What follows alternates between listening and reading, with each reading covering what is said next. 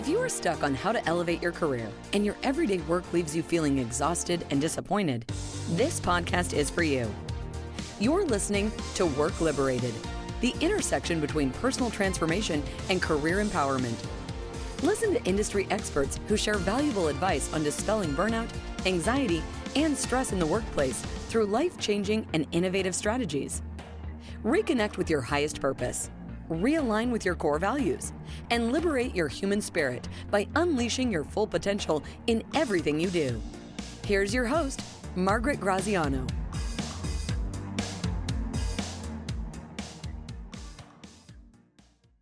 My name is Margaret Graziano, and I'm the host of Live and Work Liberated. And my wonderful guest today is Ocean Robbins, CEO of the Food Revolution Network, or Food Revolution Network. I'm very fascinated by how food impacts the brain and the effectiveness in life. And so that's your business, Food Revolution. Yeah. How does food affect your brain and your effectiveness in life? Well, in so many ways. I mean, there's an old saying that a person with their health has 1,000 dreams, and a person without it has just one dream, which is to get it back. If you don't have your health, and getting it back becomes the only thing that matters in your life. When you're in constant pain, just getting out of pain is a prayer for so many people. And yet, when you've got your health, then suddenly you have vitality. You can think, you can plan, you can vision for the future. And you can create a business and you can change the world, perhaps. Yeah. And it's deeper than just being out of pain, though. Health isn't just the absence of disease. It's optimal function. Your body was meant to thrive. And when you give it the right nutrients, then you can have more energy and more vibrancy and more clarity and more ability to remember the things that matter the most to you, more ability to articulate what's in your heart, more ability to do what you actually were born to do. And so that all in a profound way comes back to the food we eat. When you give your body the right fuel, then it can make the right choices. And your brain is actually critical, but so is your gut. You know, your gut is where neurotransmitters are produced that tell your brain whether or not you're happy, how you're feeling. So nurturing your gut with healthy food in turn nurtures your brain, which is your most vascular organ. It's where 25% of your oxygen goes in your body. So that all comes back to cardiovascular health and blood flow, which all comes back to food. Yeah, it's so interesting. So I've spent the weekend recording my ebook or my book for Audible, Ignite Culture.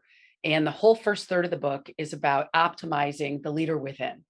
And it talks about neuroplasticity and how we can train our brain to not be so reactive, and how we can connect with our vision and our values and then make sure that we're on.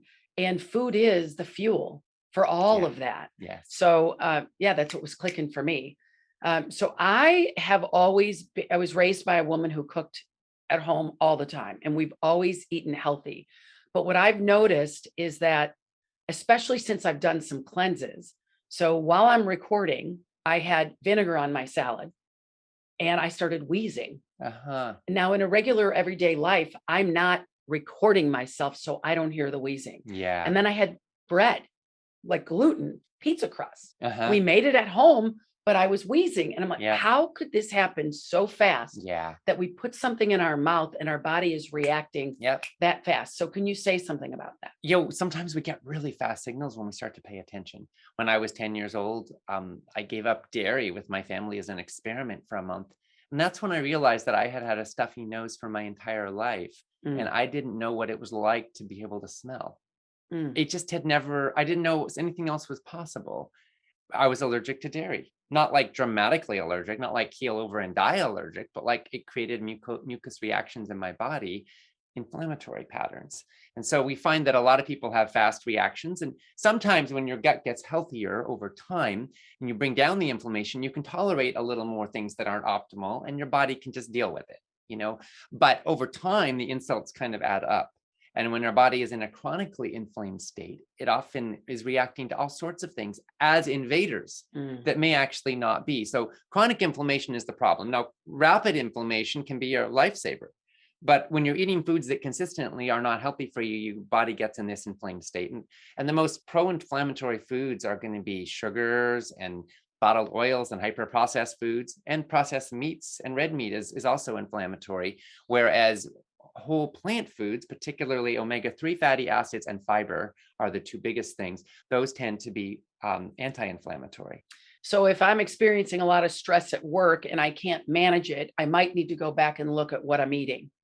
Absolutely. Because I know inflammation helps us not fight stress. Right. Like it turns into you have to say it. You're better at that. Well, the thing that is important to remember here is that, yes, sometimes food can be a way to solve an acute problem. I'm feeling like crap. What do I do? Eat better. And sometimes you get results fast. I mean, with some things like blood pressure, a change in diet can bring down blood pressure in a matter of a few days.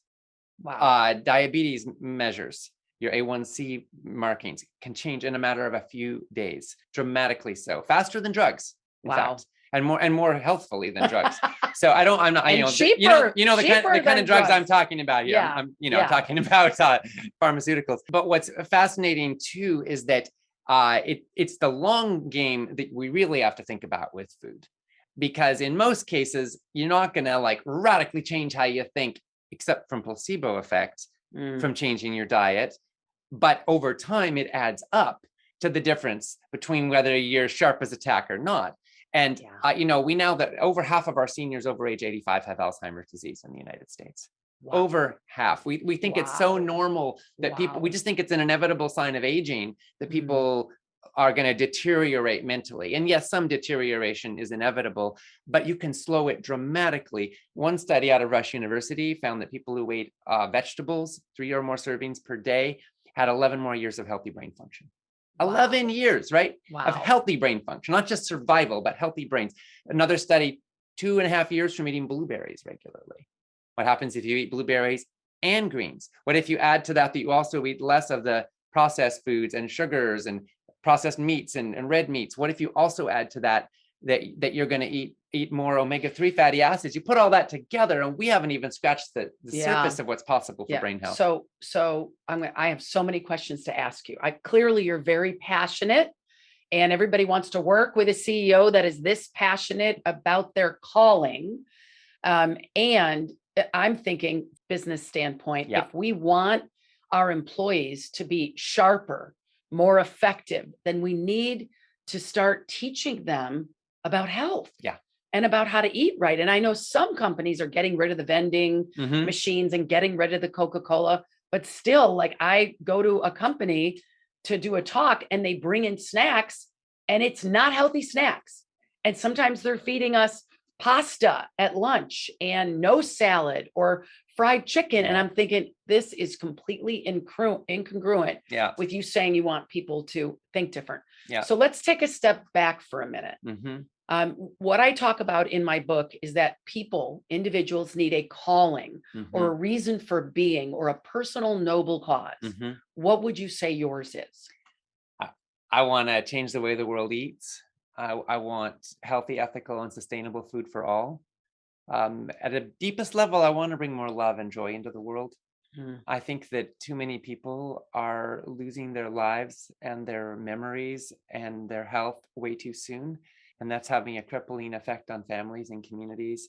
I also want a sustainable world. And I know that what we eat affects not just us, but people in communities around the globe. So I founded Food Revolution Network, which is a for-profit business, because I want to change the way the world eats. And I think we can do that most effectively leveraging entrepreneurship. I ran a nonprofit for 20 years, and we did a lot of great stuff with 65 leaders in 65 countries around the globe, but it was always limited by the need to raise money. And I said, my gosh, what if money could be built into our business model? So the more we sell, the more good we do for the world. Great. And so that's what we've been trying to do, is to sort of walk the talk of congruency. So our mission is healthy, ethical, sustainable food for all. And along the way, we want to have a healthy, ethical, sustainable organization. We want to contribute to health for our community and for the planet, as well as ethics and sustainability. And the question is, can we do all of that while having a thriving enterprise that that actually is successful as a business? And can you? So far, so good. So you've got this personal calling, which is really grounded in love. And it sounds like relationships and family.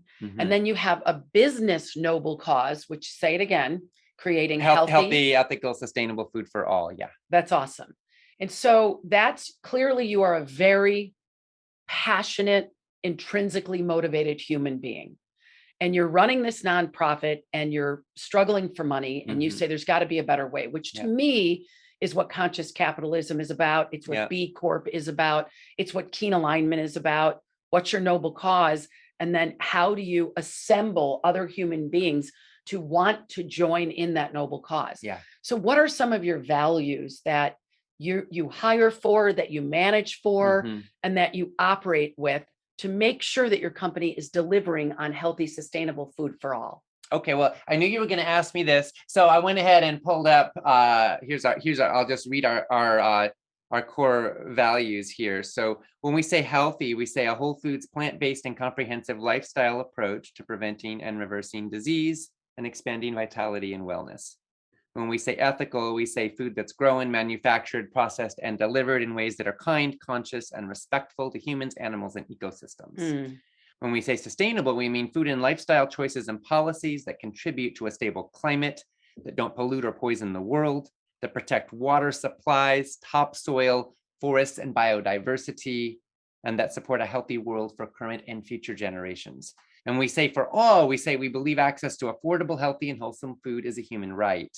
We work for policies and choices that support the well-being of all people, including historically marginalized communities that are suffering disproportionately from the negative effects of race and class divides. We support fairness, opportunity, and health for everyone.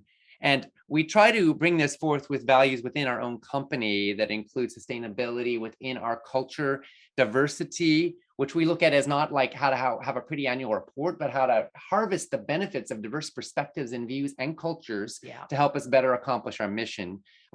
Visionary, we want to be guided by a vision of what we're standing for, not what we're against. I believe that we tend to create what we look towards. And so we're trying to always be rooted in positive vision of what's possible. Trustworthy. We want to be regarded with trust and respect, which means we start with facts first, not ideology. Accountable. We want to be accountable to the agreements that we make and the commitments we make internally, as well as in the world. So people do what they say they're going to do. And we have a culture where if you need to renegotiate, that's fine, but you absolutely need to be accountable to your word. Collaborative. We want to work with each other, always ask who else needs to be a part of this, what stakeholders are involved, how do we work together for synergy. Respectful. So we interact with kindness and care and respect in our interactions, being both honest and truthful and forthright, having those hard conversations when we need to, but also at the same time doing so with kindness and care towards people's feelings and towards the well-being of the whole. Mission driven. So we want to just help everybody always remember what it's for. It's easy in a business context to get focused on the bottom line and make money the central driving force of a business. And we have a lot of forces in our world that have, I think, made money more important than human life, more important than the survival of our planet itself. And I believe money is a means to an end. It is not an end in itself. So we want to always keep circling back to like, what is the mission, and reminding our team of that, even while, of course, we got to pay the bills and the bottom line is critical, but it's not the whole story. In fact, it's not even the most important story. Proactive, which is like entrepreneurial culture where we value personal responsibility. And also we're proactive about solving problems and looking for gaps. We want everybody thinking about where there's gaps in the system. So it's not like saying, oh, it wasn't my job, so it crashed and burned. That's not good enough. You know, like we want the kind of people who see problems in the ecosystem and fill those gaps, because there's all kinds of things that have to be done that aren't on anyone's job description, but they still got to get done, right? So being proactive, being positive, again, back to like focusing on not just indicting the status quo, but also being forward moving. And that includes in human interaction. So we want to make sure that, I mean, there was a study done on marriages, and they found that marriages were like 3 times more likely to survive when they had like past 10 years, if they had a strong positive to negative ratio. So when people express thank yous and appreciations, far more likely that they're going to be around together and happy together years later. And you know how you feel when someone appreciates you. So creating a culture. So in every team meeting, we have a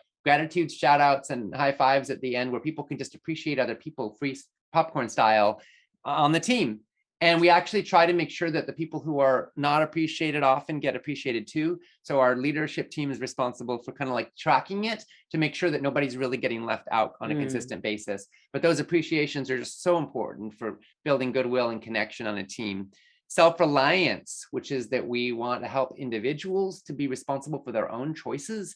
And we also want team members to be reliant. It's not It's not a culture where anyone's focused on passing the blame. Mm. It's about how do you take responsibility for your own experience. And by the way, that also includes even things like team member happiness. Like as a company, we want our team members to be happy. We want a healthy culture, but we're not going to be babying people and making ourselves responsible for everybody's happiness. Sometimes people have hard times in life, but we want to create a culture that helps them respond to those resiliently. So for example, our head of culture recently, we had a team meeting where she asked the question, how are you taking care of yourself? And team members shared about their self-care strategies. And it was just such a lovely frame, because it wasn't like, how is this company responsible for taking care of you? It's how do we create a culture where self-care is respected and lifted up and valued? Evidence-based, which is that we really believe in data, both for our choices. We do split testing, up like insane amounts of split testing on all of our launches. And we want to see what actually works in the marketplace for revenues, for leads, all of that, but also data in terms of the issues we talk about, where we will always want to be led by the facts on food. And then inclusive, which means that we want to, include diverse cultures and communities. She's checking to see if I've got a whole lot left. How many more do you have? I'll go quick here because I know I'm going on. Food focus. So, we are focusing on a lot of issues, but because we're Food Revolution Network, we have to keep coming back. Yep. We don't want to get sidetracked by the latest controversies in the medical world. We have to keep focusing on which it politics, probably is easy to do. Or politics, right? Like there's so many divisions in the world, and we want to bring people together. And then compassionate. So that's like we want to have kindness towards people and towards ourselves.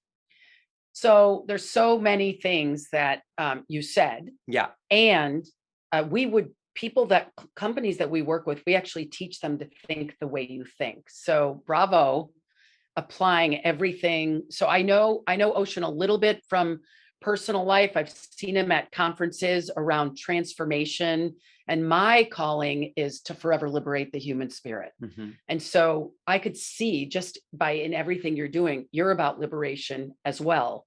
And what I love is, in an ideal culture, it is about achievement. Achievement isn't the end of everything, but without it, you don't have a business. Right. And that's why you stopped doing nonprofit, because you were begging and pleading for money rather than making money. So achievement's part of the Food Revolution Network's culture. So is humanistic.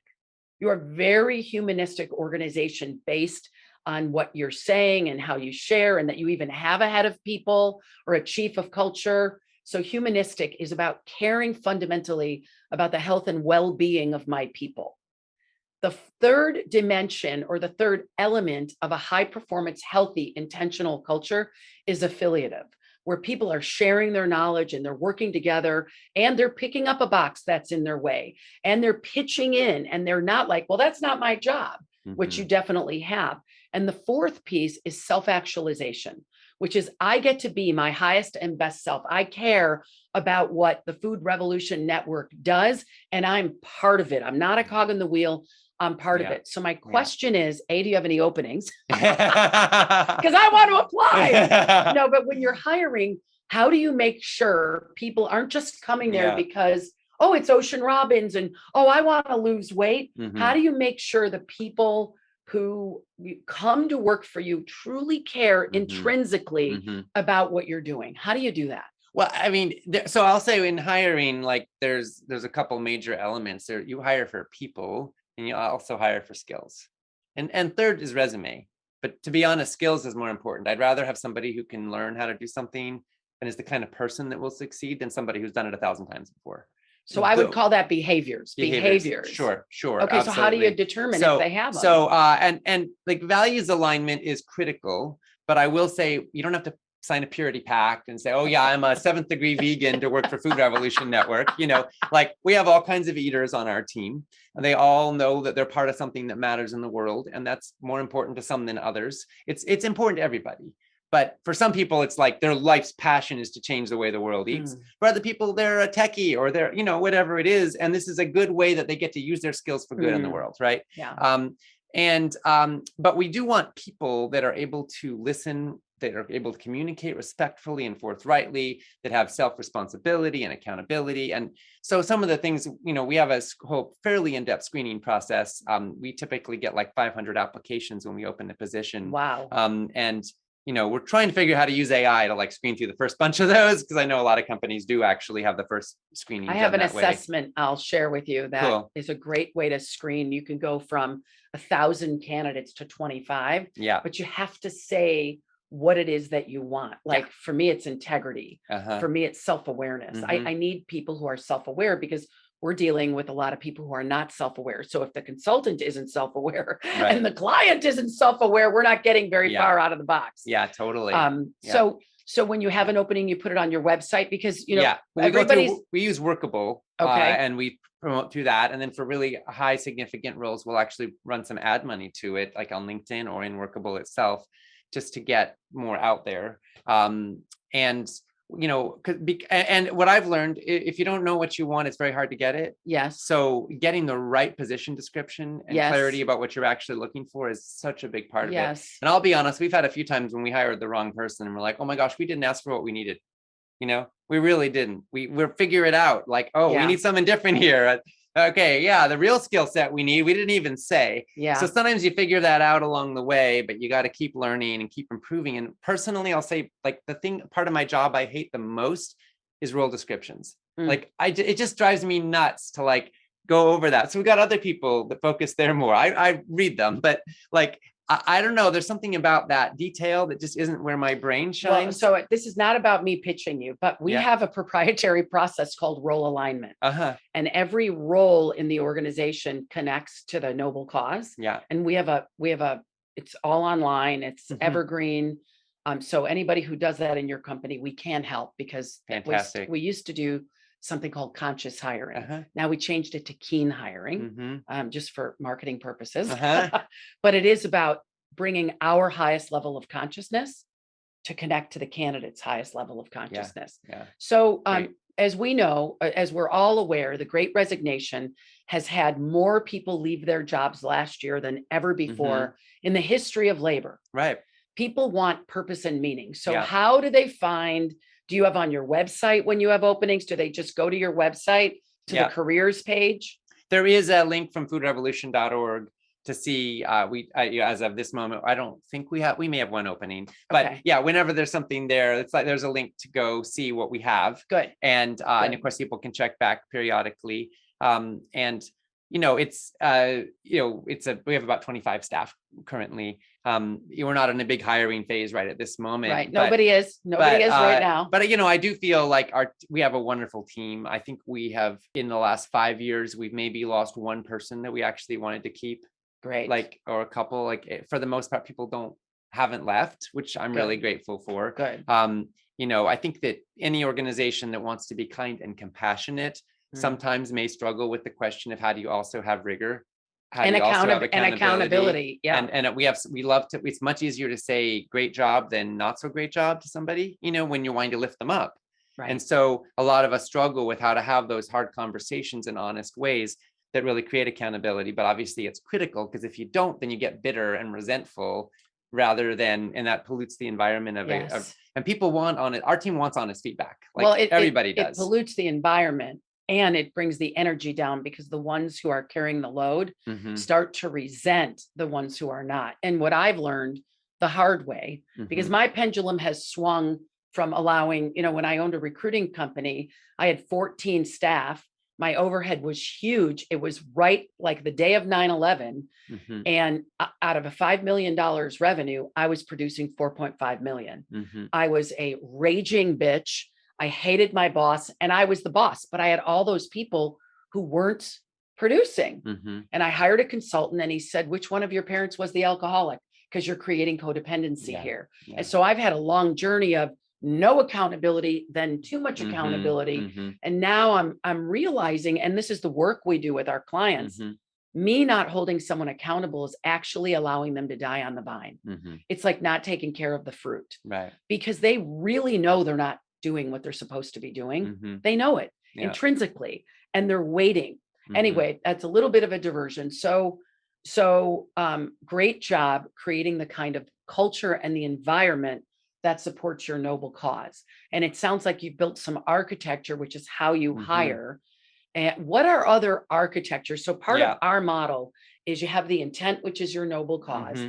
You have what kind of energy do we want to create? Which if Mhm. we're changing the world, we need high energy, high passion. We need to tap into the collective genius of all of our people, Mhm. but we also need structure and systems like Yep. hiring processes. Yeah. What else are you doing that other leaders can hear from you to make sure that you're creating the environment to support your noble cause? So one of the things we do that I think is a bit unique, not super unique, but we do an annual survey of all of our team members to assess how are we doing as a company Good. and what's the culture. And we ask questions like, do you believe that somebody at work really cares about you? Mm, Has anyone has a manager appreciated you in the last 30 days? mm, Do you feel confident that if you had a HR complaint, it would be taken seriously? Do you know mm, how to file grievances or complaints if you feel mm. the power is not being held responsibly? Do you feel that this organization is sincerely committed to diversity and equity and inclusion? Do you feel like there are equal opportunities for advancement for people regardless of race or gender?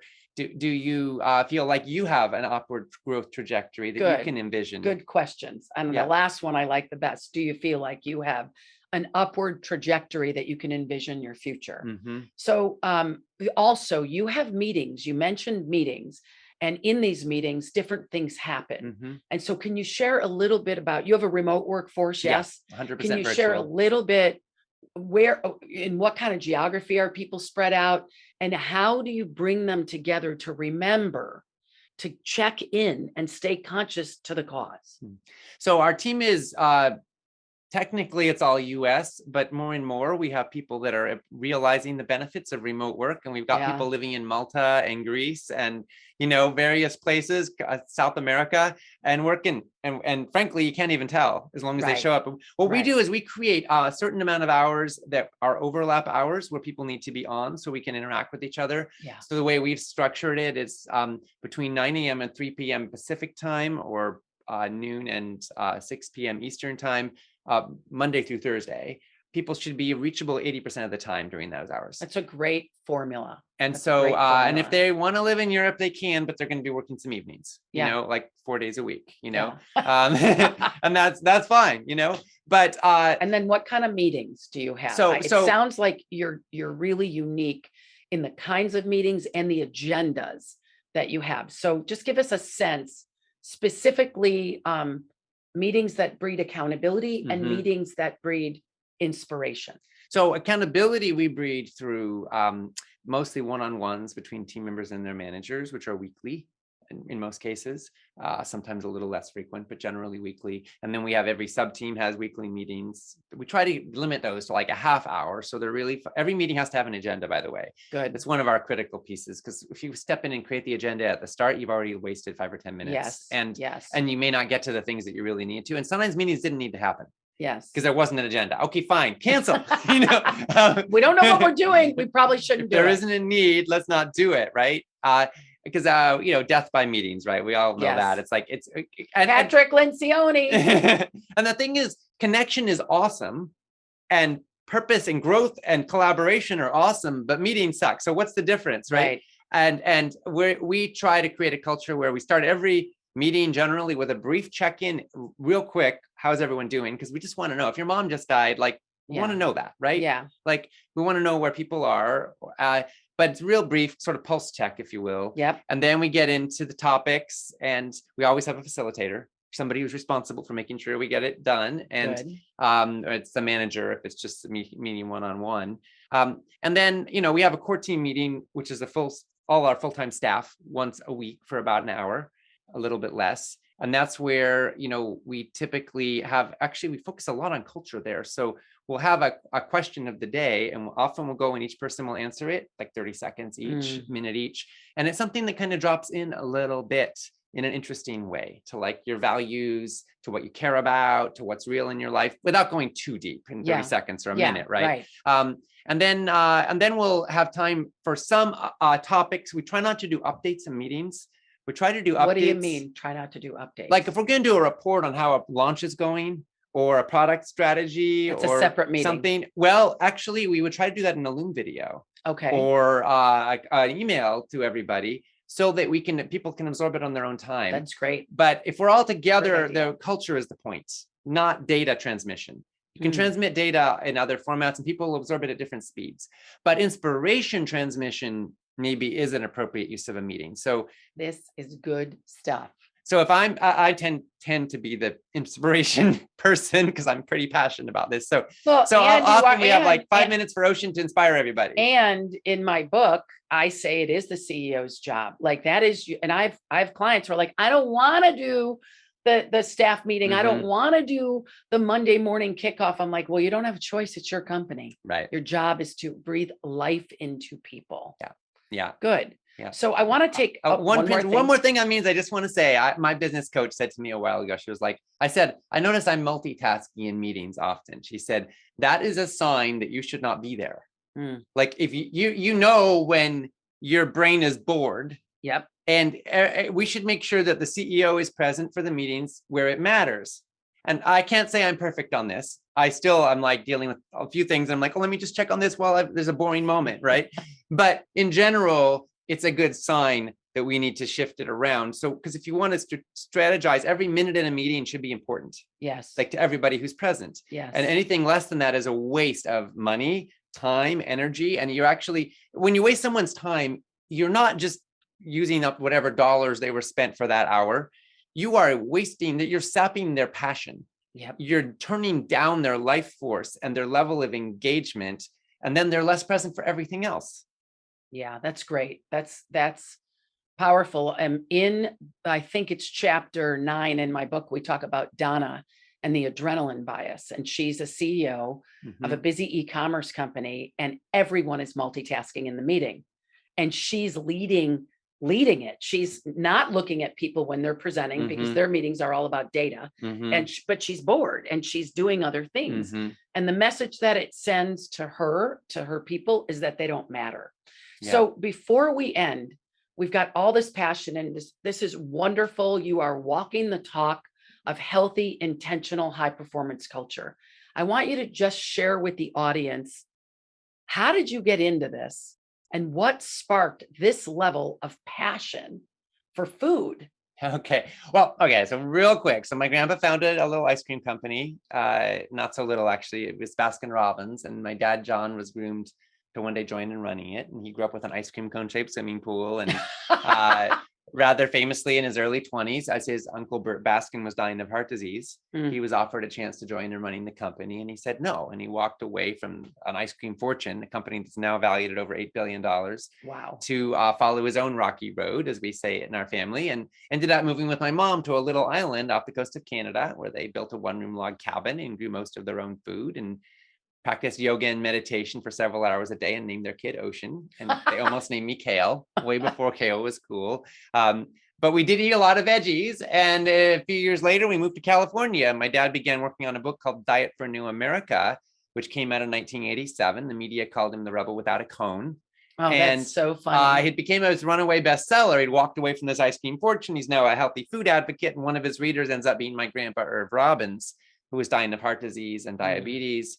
His doctors told him if he wanted to live, he should read a book. And they gave him a copy of Diet for a New America, my dad's book. And my grandpa read it. It saved his life. Wow. He ended up living 19 more healthy years. And, wow. So I was inspired by my dad's example and founded a nonprofit when I was 16 to try to inspire young people to be positive change agents in the world. It was called Yes. It's still going strong today, actually, yesworld.org. Wow. And so I directed that for 20 years and had amazing experiences learning with amazing leaders all over the planet. It was all about leadership development at its core. And then, I decided that I was frustrated by the nonprofit model. My family was hit by the Madoff scandal, and my parents had saved up from all my dad's books, and then it was all eviscerated. 98% of their savings were gone overnight. Wow. And interesting how tragedy can sometimes provoke opportunity, because as devastating as that was, that's what actually led me to leave the nonprofit, because I was like, wow, I want my parents to be able to retire in dignity. I want to be able to take care of my special needs twins. We're not going to get there on a nonprofit salary over here. So that's when I decided to join with my dad directly in launching Food Revolution Network. It was partly driven by money. It was partly driven by a vision of seeing the impact my dad had, but realizing that books were not really the only way to change the world. We've got to create online tools and resources. So launching Food Revolution Network was a real innovative strategy. We held our first Food Revolution Summit in 2012, modeled after something a friend of mine had done. And, we went from nothing to 30,000 people on our email list and $200,000 in revenues in 3 months. Wow. And it's just been growing ever since. But I knew we were onto something, at that moment. Yeah, right? That's evidence. That's the evidence. That's the split testing that works. Exactly. Yeah. The proof's in the pudding, so to speak. Well, so, we've been going ever since then, and the passion just keeps growing deeper for me as I see the impact that it has on people's lives. Yeah. Well, I could tell just the energy that you even walked into the studio with this morning, which is my house, just emanating. And I know you have a TED Talk coming up. Would you like to just tell us the name of it so people can Google it and find it? Eating Your Way to Happiness. It's going to be, as we're recording this now, it's going to be released any day now. Excellent. Eating Your Way to Happiness, Ocean Robbins, the Food Revolution Network, Work Liberated, Ignite Culture. He's an awesome guest to teach people how to do it. Thank you so much. Thank you. And thank you.